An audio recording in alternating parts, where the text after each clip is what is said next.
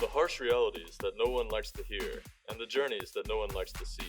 Bringing you these journeys with the Insane Minds podcast. Here's your host, Sarvesh Maria. Welcome. It's your host again.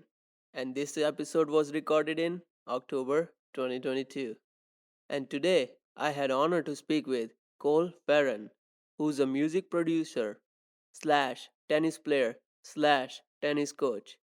And today he shares with us the process of becoming a music producer and how he kept his music production dream and his skills under the hood and didn't tell his parents for 8 years. So get comfortable and listen to Cole Ferren.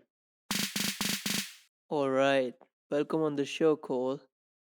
It's nice to speak to you again, but it's my honor to have you here. And let's jump into it and let's start with knowing a little bit about yourself and your background. Yeah, for sure.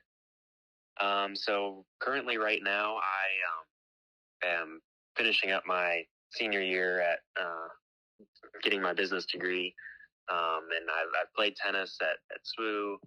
I was on the team with Besh, and now I'm finishing my degree online, and I'm working on music full time.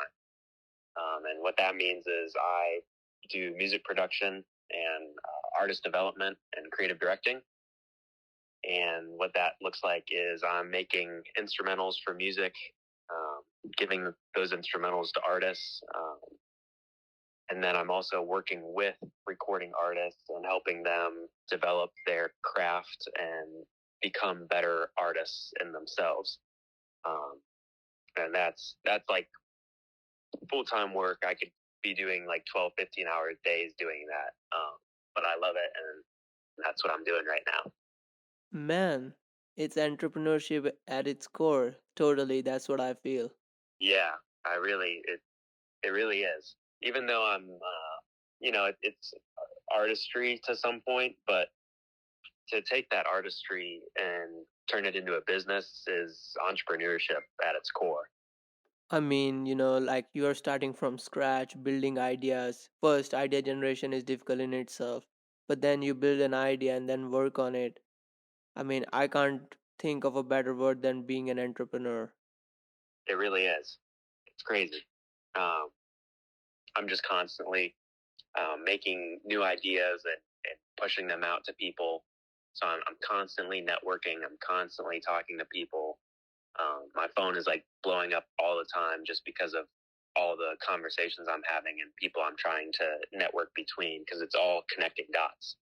Kind of no matter how good my product might be, if I can network and connect with people, that's the number one goal. Dude, Which is what I really thought was cool about you having me on here, because it's a great experience to talk. You and I have a conversation. Who knows who could listen to this? They have ideas. It sparks new inspirations. I love doing this kind of stuff. dude, that was my inspiration. Like I feel like I've learned so much from YouTube and this podcast, and I felt like if I can do something like that, the younger ones, if they listen to it, they're gonna learn so much more and they're not gonna make the same mistakes as other did. So it will just help them out in any way. Mm, I love that. But let's say someone wanna, have their foot into the music industry or wanna become music producer or an artist like yourself. What will you say will be the stair steps that they can go on, or just that journey that they can move towards where they can become what they really want to become? Yeah, that's a really good question. I think it can be overwhelming to look at anything, or whatever somebody might be interested in doing. It could be, for us, playing tennis, or just getting your degree at college. Those things kind of look overwhelming when you're starting out or just looking into it. But at the end of the day, it really just comes down to some principles that I've learned, and I'm still learning, that you can kind of apply to anything, which is really, really cool. I think you and I could relate to like the principles we learned from playing collegiate tennis, like putting in the hours, putting in the work, coming in every day, showing up, and educating yourself and being humble and just willing to put in the work no matter what that is. Like, that's what it takes. And it can be for music production. I've had to do that. This is like my 8th year, just participating in the craft and learning. It's, similar to tennis. Like, you can play for years and years and years, and you're just getting a little bit better like every day. And that's what it's about. That's absolutely true, and I will say that I agree with you 110%. For me, I've realized that if anything is most important is consistency. No matter what craft it is, what are you doing, it doesn't matter. If you really want to get good at it, I think consistency is the edge that anyone can have. Yeah. You start to see things in a different way, and they become like the problems are getting solved now just through your knowledge and experience. I agree. I believe you're absolutely correct. But first thing, Cole, do you believe that having mentor in any kind of journey is important? And if it is important, do you have any mentors in your life who are guiding you through this journey? Yeah, definitely. um I've had a few kind of just throughout my recent recent life, kind of in high school and then coming into college. Mentors were a really, really big part in just giving me some guidance, and just some in the moment like tips, just to somebody to talk to, somebody to encourage.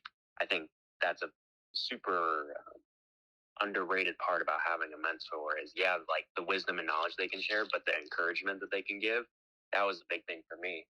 Um, Coach Nathan Thompson was one of those like early encouragers for me. What was that, my freshman and sophomore year playing on the team?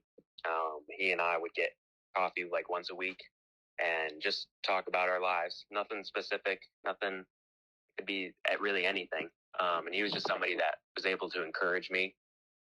Obviously, because I was a player of his for being on the tennis team, but just into life, like the encouragement he gave me to be a leader and be who I am, that was huge for me. And I've had mentors for music, people that are in the music industry, and I can say the same thing about them, but they didn't. They might have not necessarily known me on a deep personal level that Coach Thompson did, and that was something that I think really helped me just become who I am. I think that at the end of the day, that's what we should look for in a mentor, just somebody to see us for who we are and the talents that we have, and encourage those to come out in us. Man, that's powerful.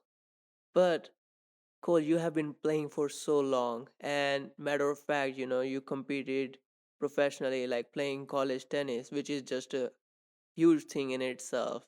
And now, do you believe that there are any similarities that you see playing tennis professionally and now doing music production professionally? Yeah, it's, oh my gosh, there's so many, like I was saying earlier, the principles that are parallel from what I learned from playing a sport at a competitive level. That can be a number of things, but for you and I, we had those specific experiences. Those same experiences carry over into what I'm doing now with music, and I might not realize it when it's happening. But now that I've gotten older and I've spent more time doing it, I can see those similar experiences transferring over, just into the way I function day to day, like the reasons I do certain work that I do, and I'm able to do it in a certain way. It, Things that in my industry make me differentiated. The things that make me unique in my industry were practically the same experience knowledge that I gained from playing a sport, which is fascinating to me.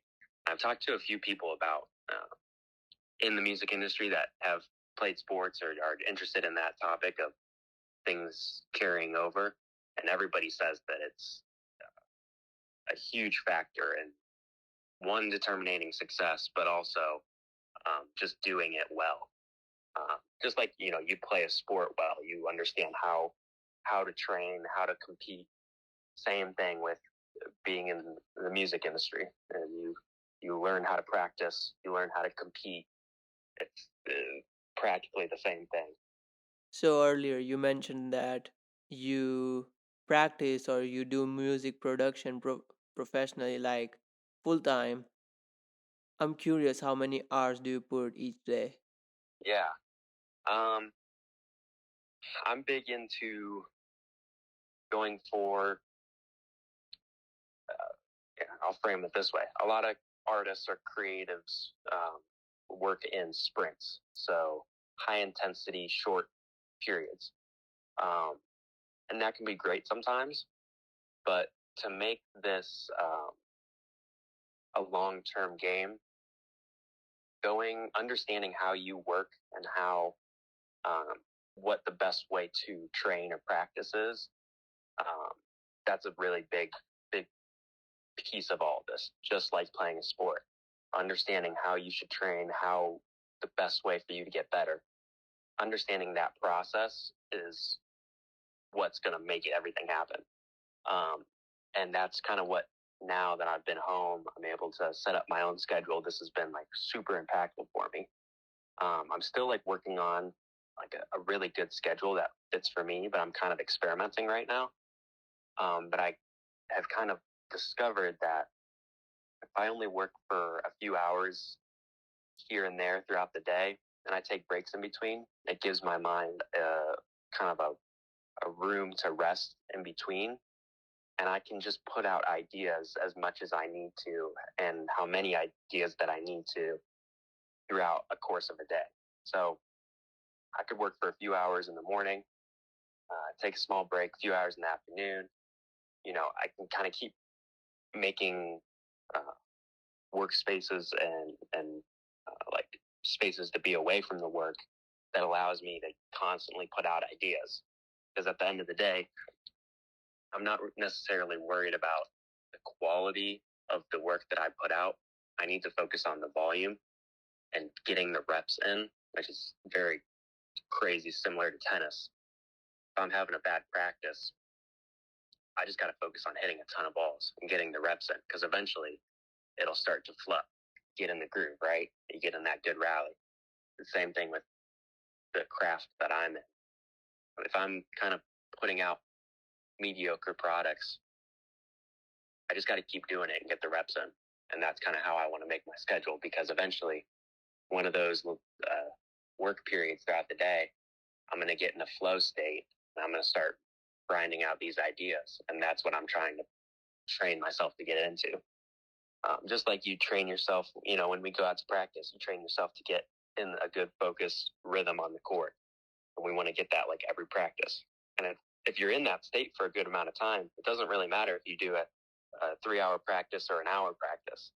But if you were in that flow state for an hour compared to maybe 45 minutes to half an hour during 3-hour practice, that it doesn't matter. As long as you're in that flow state, really working, being productive, that's what we want. So You know what? I recently realized that because earlier I was thinking if I really need to get, uh, my products, which are basically the projects I'm working on, I need to work like in 6-8 hours wrap, and but that just doesn't work out. It kind of, you get overexhausted. But then for a few days I just changed it and I was like, okay, I'm gonna do it just 1 hour, stay super productive, and then take a nap, do whatever, listen to music, maybe a little bit, go play tennis and stuff, and come back to it, do another hour. I saw a huge jump in my productivity, and not only that, I started to enjoy it much more. it's really wild. Yeah, I think but you see the similarity between just not trying to burn yourself out, I think, is the biggest thing here. no, for Because sure. burnout is not fun. So I will relate myself here with you because I've been editing and similar to your music production. And I actually, that's funny because I actually saw you doing how you really work. and you have to tinker with every kind of beat before you actually produce a final track. Now, I'm curious, how much time does it take for you to actually produce a or be ready with a final track for a song? Yeah. Um, it can really depend, which is the fun part. It's not it's not a one size fits all. Sometimes some of my most successful work has come from things that took 5 to 10 minutes to make. Wow. Done. Other times, really great things have come from days and days of work. But what I'm looking for is just trying to find the right solutions. So if I get a problem and the solution only takes 10 minutes to solve and I solve it, that's great. But if I get a problem and it takes days and days and days to solve, but I get it and I worked productively, then I'm fine. I'm just trying to make sure I'm getting those solutions. However that may look, and if I'm being smart about my time and doing the right thing, I probably can get to the solution faster, right? Um, I think working too long has its negatives, but keeping the work period and making sure the problem that I'm looking at is being solved effectively and efficiently, that's kind of all we can ask for. So to answer your question, it depends on the situation at hand. Yeah, for sure. But was there any time that you were actually not able to figure out a solution? Yeah, that happens every single day, all the time. Um, I might start an idea, and this happens. It's going to happen later today. I know it. I start an idea, and I'm really inspired, and I want to finish it. And then I'm working, and I hit a brick wall. I don't know where to go from there. The idea that I was working on just didn't seem to pan out, and I'm not really enjoying what I'm hearing anymore. Usually, I'll take that idea and I'll send like a voice memo to some of my friends that I work with and collaborate, and I'll say, "Hey, do you want to work on this?" Or I'll send them the files to that project, and I'll say, "Hey, work on this, finish it. What do you hear?" And then I'll have the network of people that I collaborate with finish my unfinished ideas, and it allows them. I network with them, we collaborate, we make a new product together, and then I'm able to use some of their connections maybe to find that product a buyer. Um, Same thing. People send me their unfinished ideas, and then I put them together. Um, It's Last night, it's like team thing. yeah, exactly. Last night I was working on a song that a singer produced. So he made the music and the beat for it, and he recorded vocals for it. And he felt like it was unfinished and it needed some extra work. So he sent it over to me, and I took what he had and kind of elevated it. So I was just trying to make it better. I wasn't changing like the entire song. I wasn't making it from scratch, but I was enhancing what he had already done. And then we kind of came to a rough draft complete product last night. So that's just an example of kind of something that I might work on. As you mentioned that, but don't get mad at me, okay? I just don't know enough. But I'm curious, does the singer sings according to the beat or the beat is made according to the singer's lyrics? Sometimes it's the opposite. Okay. Sometimes I get people that I work with, I can get um, their vocals and lyrics, and I can make a beat around it. Other times they might give me kind of a reference idea. This is what we're looking for. This is the feeling that we want. And then I'll take that and make something that kind of answers their question and their request. Um, Typically, I kind of stick with a certain style, and I work with people that enjoy that style of music. So talk to us. What kind of style do you like? That's a really good question, because this is something that I don't think is talked enough about, not only with art but with entrepreneurship. Is like finding your taste, finding your like sense of style in that, whatever it may be. because at the end of the day, those are things. It's like market your sense, your taste in the way you market. It could be yourself, it could be your product, it could be multiple things. But the taste that I have for my music is kind of my selling point as well. So they're very similar concepts that tie into each other. I think my taste and my sound is something that's not necessarily in your face, but has a lot of emotion and a lot of feeling. Typically, it's not something that feels happy, but something that feels like heavy and deeply emotional. That's kind of everything I touch kind of feels like that and sounds like that. Everything's very melancholy. That feeling can look different on a lot of different genres or um, sounds. That's kind of the fun and like mixing different things that create the feeling. Makes sense. And I think you described it pretty well. But Cole, could you use the same music for one song into another song? Yeah, it just depends on kind of the agreements, like the contracts that you do between the different songs or projects. If you want to use a song for a movie and then sell that same instrumental to an artist, you just have to make sure like the contracts work out and don't contradict each other. But like using songs, finished songs that were done on their own, and then using those in movies is a super big market. Um, I'm kind of working on some stuff like that, and it's like really really cool how there's like a whole nother music market for like TV and movies. So making sure like you can use songs for different things is really important, So is and there's it a lot of money in it. all right? Yeah, for sure. But is it like you're only trying to focus on English music, particularly to United States, or you are trying to expand it to other languages or other countries, the other kind of genre that people usually like? I'm really trying to expand. One, because I love to make other kinds of music, but also there's a need for that. Um, Maybe it's making a different uh, genre of music, but for someone in the United States. That's a really big market. Right now, I've gotten into like a lot of Latin American music, like a lot of reggaeton, a lot of dance hall. Um, I work with like a lot of artists that participate in those genres, and I find it like so much fun, especially to collaborate with someone that's more in that market. It opens up so much more opportunity for me.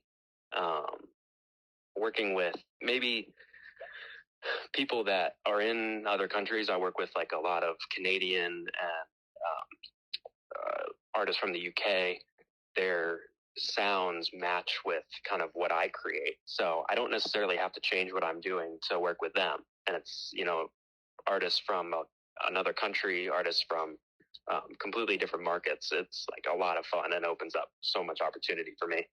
Gotcha. Makes so much sense to me now. Yeah, you brought a good topic that because of you trying to expand, it's definitely going to bring you a lot of opportunities. But, Cole, what software do you normally use to produce music? I use FL Studio. It's short for Fruity Loops. It's one of the more popular softwares for music production. I think it's one of the more simple softwares to use. Some of the other ones get really complicated. I've been on this one for my entirety since I learned how to make music on a computer. I think it's one of the best. I love the simplicity of it. It's awesome. So, what will you say are the most common challenges you see personally faced by music producers in general? Yeah, I think it's comparing yourself to your peers and who's around you, and that can be a similar challenge through anything we're doing. But for me, one of the big, I think, now that I'm gaining more and more success I'm starting to realize how much I compared myself to other people. Even just like last year, I would not almost subconsciously doubt myself because I didn't feel like I was at the level of other people or people that were experiencing success. And that might have been true, but I was judging myself instead of understanding, okay, how do I get there? How do I do the work that will get me there? That will, the process that will get me to success. And understanding that I have to love the work. I think that was a big thing when I was playing tennis. When I got to college, I started to understand loving um, the work that I had to put in more than the success. Like I was enjoying the process of it almost even more than getting success. Maybe because kind of where my skill level was, I was starting to make the lineup on the team. And I just try to do my best in my matches because most of the time I felt like I was probably going to be outplayed. But if I kept doing the process and doing the right things, I was doing okay. That's kind of how I'm looking at music right now. Not getting, I'm new to the industry. I'm starting to get my foot in the door, and I can't let my judgment of the other people that are already in the room, that I'm not good enough. I don't want that to stop me from getting in the door. So I'm putting in the work. I'm doing what I need to do. Dude, I think this problem is faced by everybody, honestly.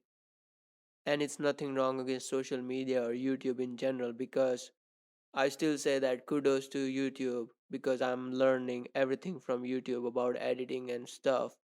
And it's been really helpful to me, and I'm really thankful to the guys who are sharing this much knowledge. But I still, at times, I did compare myself with them, and it was discouraging for sure. But then, from somewhere, it came to my head, just a realization that why I am comparing my first year with their 10th year. And that was just so good. Like, it just opened my eyes when that thought just came in my head. Yeah, that's so good. Using their experience, that's a big point. Using the people that are already where you want to be, seeing what they did, and taking kind of understanding what they did. Don't copy it, but use it as kind of like a framework. And that's great. We can have that, and we can learn those things from the internet. So you earlier mentioned that you have couple of buddies or just your network in general who, like, sometimes you help them and sometimes they help you. Now I'm curious, is there any kind of platform or just a association someone has built where different music producers network with each other? Yeah. Really, I think kind of where I'm at is Instagram. That's kind of like there's not much out there other than um, maybe brands or websites that have created communities. Um, Instagram could fall under that same category. There's certain brands that sell maybe products or courses to help with music production that have created a community, but they're that's kind of the closest thing I could explain. For Instagram, it's kind of just people that have networked through each other. Kind of people typically will network laterally. And so if you think of, I'll just explain it. If you think of going up a ladder, sometimes you might think of you want to network with the people above you, and that's great, and you should do it when you can. But the best work can be done when you're networking to the person next to you, and then they connect you with the person next to them. Yeah, that's It's much, wonderful. yeah, right. It's much easier to connect that way than going up the ladder. And eventually, those people that you're connecting with next to you will be up the ladder, and then they'll bring you up the ladder. So you're going up with each other. That's kind of what I've been focusing on the past like 6 months. I'm networking with a person next to me, so they're equally as interested in working with me as I am in working with them. And we both have value to provide to each other. Then we hit the most like effective productivity that way. Yeah, I believe that's always nice. Having someone to talk to at your same level and pushing each other to get better is just always nice. But is your family being supportive towards your career goals? They are. This is somewhat of a new part of my life as well. I think before this summer, I didn't really explain much. I didn't really share, and they were supportive, but they just didn't have the awareness of what I was doing until this summer when I got a really big opportunity and a really big deal, and I shared it with them, and they were just really impressed and really proud of what I had done. And since then, they've shown much more interest and much more willingness to understand and learn about what I do, the industry, because it's a complicated thing, and you wouldn't really know unless you're doing the work. And they are super supportive. They love to hear what I'm doing. They love to give me advice and help out when they can. So I'm so thankful for them. That's been like a huge game changer for me. Like having a supportive family that is pushing me to be the best that I can in what I'm doing. It's awesome. So you're telling me that you kept it under the hood for 8 years. Wow. Yeah. Like, I was sharing, but it wasn't. It's hard to explain, and I wasn't taking the time to explain it. So just giving a surface explanation was kind of the most that I do. I think it was kind of easier, just because what I was doing, like the stuff wasn't. It took the 8 years to even get to something that was, tangible success. I'll put it that way. Before there was really nothing to prove that, hey, this is working. And after the summer, I actually had tangible success that showed, hey, I'm doing something right. I could make this, my career. That's what changed it. Dude, that makes me happy knowing that your family is being so supportive towards you. But do you ever go to your mom and say, "Mom, I need an idea"? They have great ideas, but I'm typically not going to them to start them. But my parents are super creative and have so many great ideas. So they're always there to help if I need it. Hey, you never know. Their idea could be sometimes, honestly, a moment of that, a light bulb moment for you. But do you believe in goal setting? Do you think it works for you? Yeah, I think to some degree, some people I think can kind of what I was saying earlier, like use the goals as a crutch. It's like, oh, I'm just not there yet. I'm not at my goal. Because really, once you set a goal, you're just going to set another one farther, and it's like a never-ending cycle.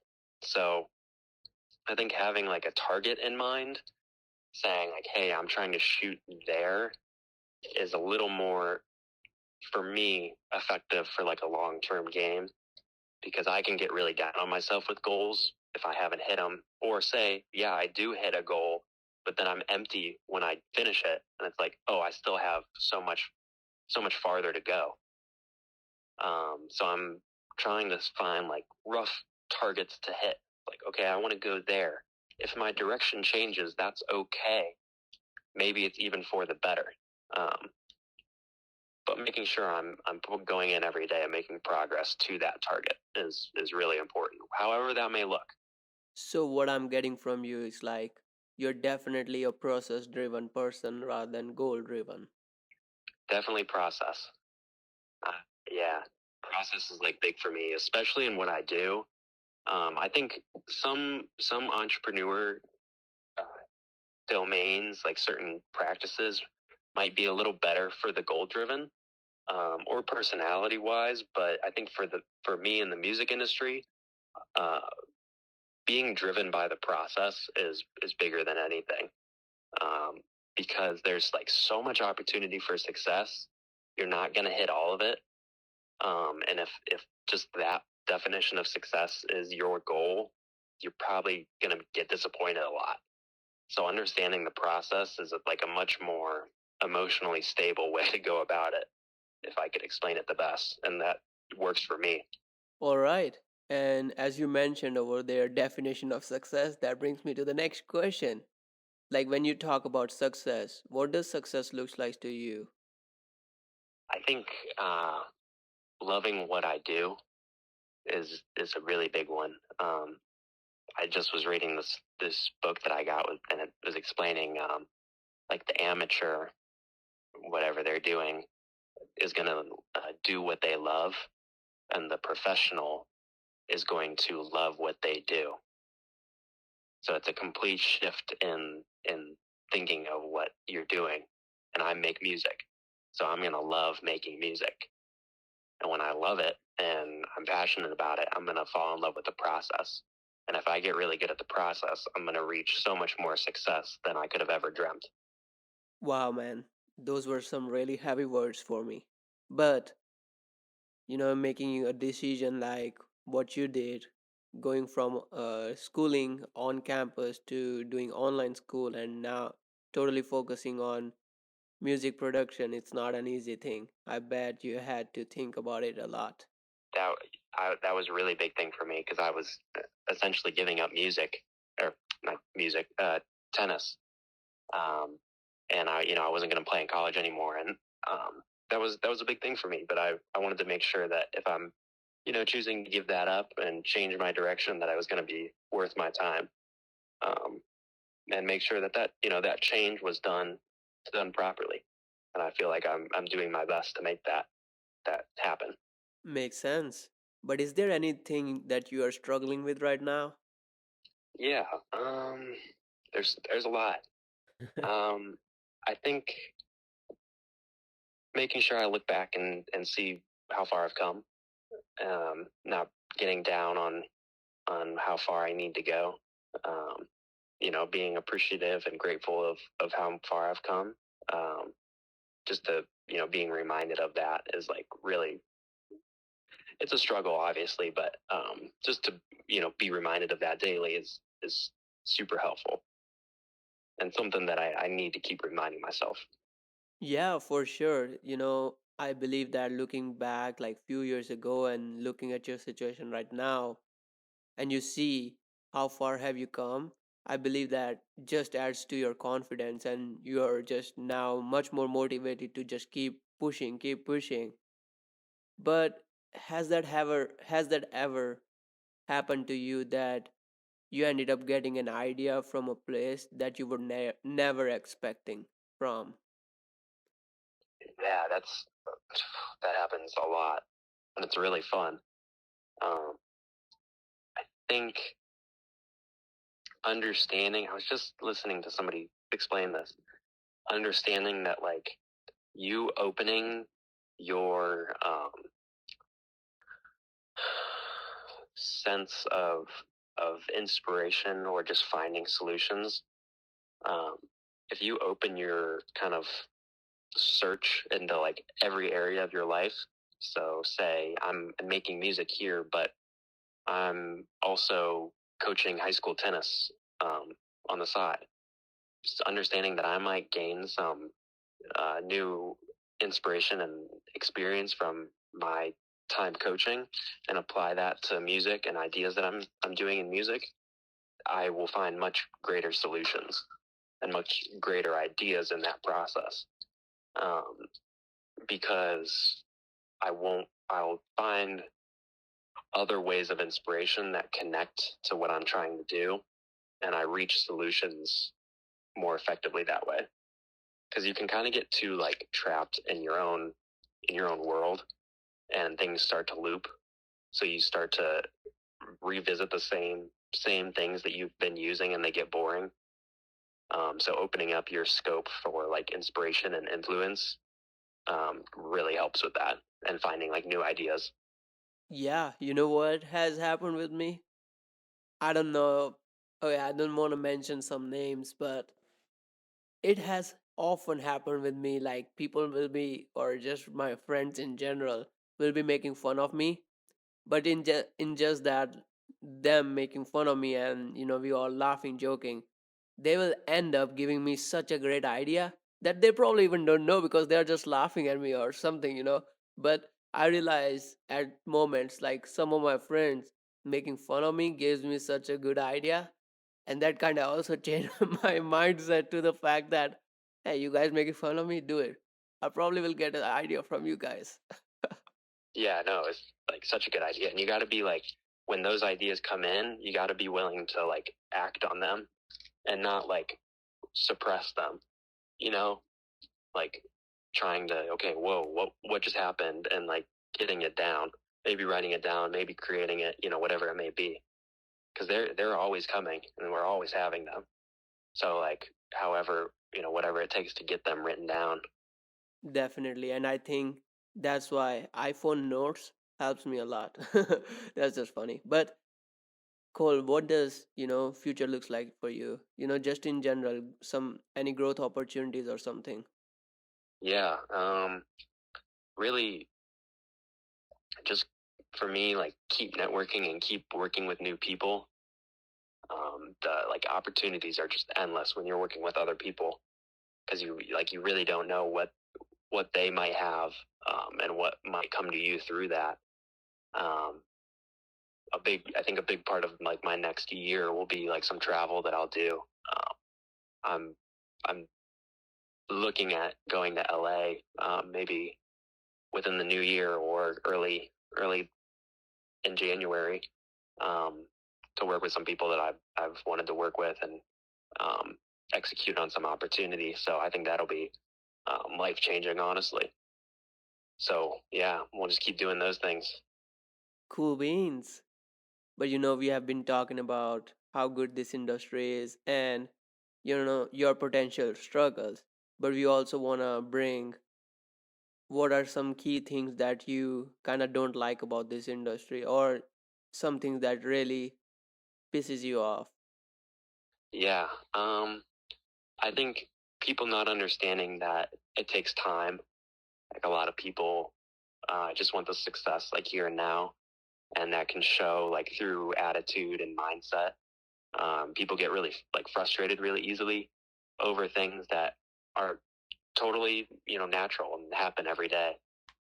Maybe a door gets shut in their face, or, they're not making the best music that they want to make, and people get people get upset and people get, frustrated, and it's not really fun to deal with those people. um, I try to look when I'm working with people, I try to find people that have good mindsets and good, attitudes about that kind of stuff. How to deal with negativity. It's like you don't want to play doubles with a partner that gets mad every time they miss the ball.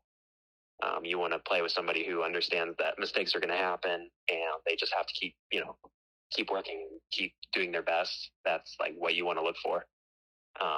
So yeah, the people with like bad mindsets like drives me nuts. That is very true. And I like that you brought a great analogy over there with playing doubles.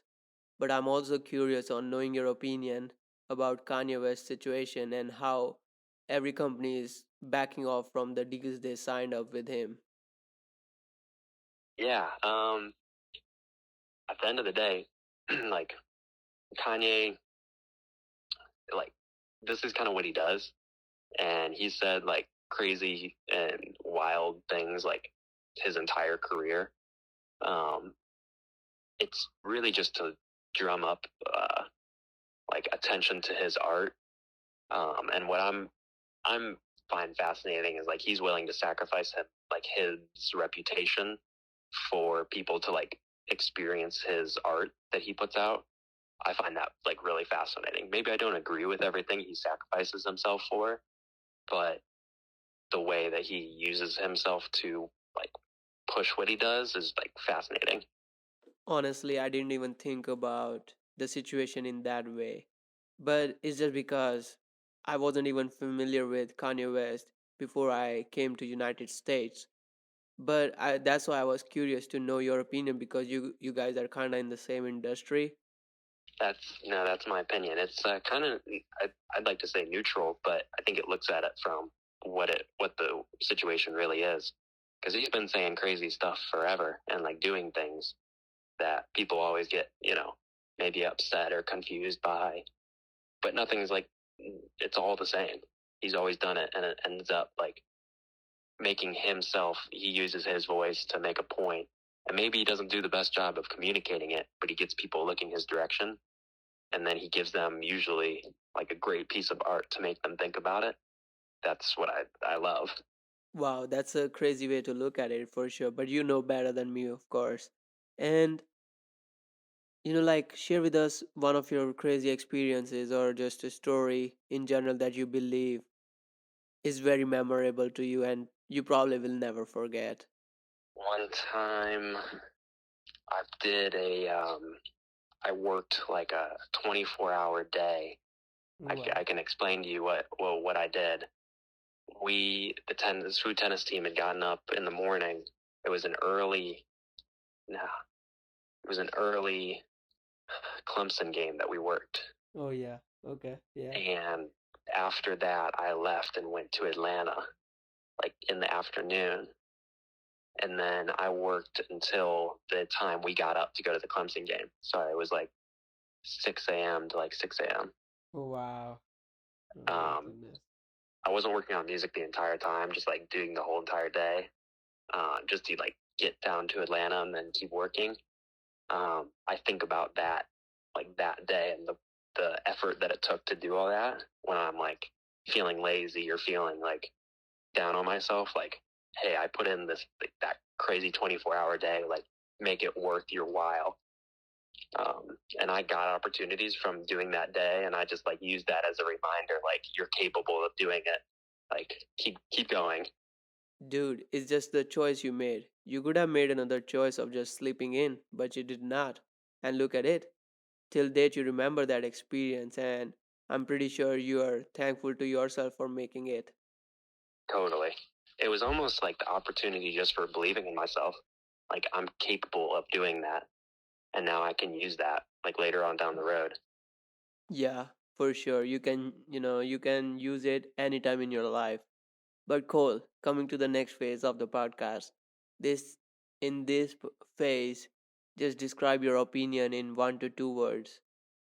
And coming off first to your ways, American football. Oh, not worth my time. All right. I could care less. I don't know. College education. Um, a good experience, but not the end all be all. YouTube. Great tool for information and a wonderful platform to build a fan base. Bitcoin. The future, and it's going to take some time. So now, Cole, is there anything that you will love to tell younger version of yourself? Remember that you can do what you put yourself to, and that you can work towards the things that you want to do. You just got to make sure you realize where you're at and meet some people that can encourage you to be there. So basically, you mean surround yourself with the like-minded people. Yeah, that's big. It's big. Especially for my younger self, like finding a good community to work with, finding people that share the same ideas that I do. Like that's really important. I personally do think that is really important. And, especially for the younger versions, I think it is more important than anyone can think of. And later you realize that, man, I think I made a good decision surrounding myself with the like minded people for sure. But, Cole, do you believe that your art or your craft in general, yeah, money is the good part of it that you're able to make money, but do you believe that it has actually made you a good human being in general? I think so. I think it's like given me kind of just different experiences. I've been able to meet a lot of people that give me a perspective on life. I think it's just made me like uh, just a person with different experiences, and I'm able to. I think empathize with different kinds of people, not in like a bad way, just like understand people, because I deal with so many different kinds of people. Thank you so much for coming on the show, Cole. And what a conversation it was. But before you leave, is there anywhere people can contact you? Find me on Instagram at love the letter U Cole. That's probably the easiest way to find me. You can get my email from there or just message me on Instagram. Cool. Thank you so much for coming on the show, Cole. And it was my honor to talk with you today. After a while, for sure, but it was a lovely conversation. Thank you so much. Love you, bro. We'll talk soon. Thanks for listening to today's episode. Please remember to like and subscribe to the Insane Minds podcast.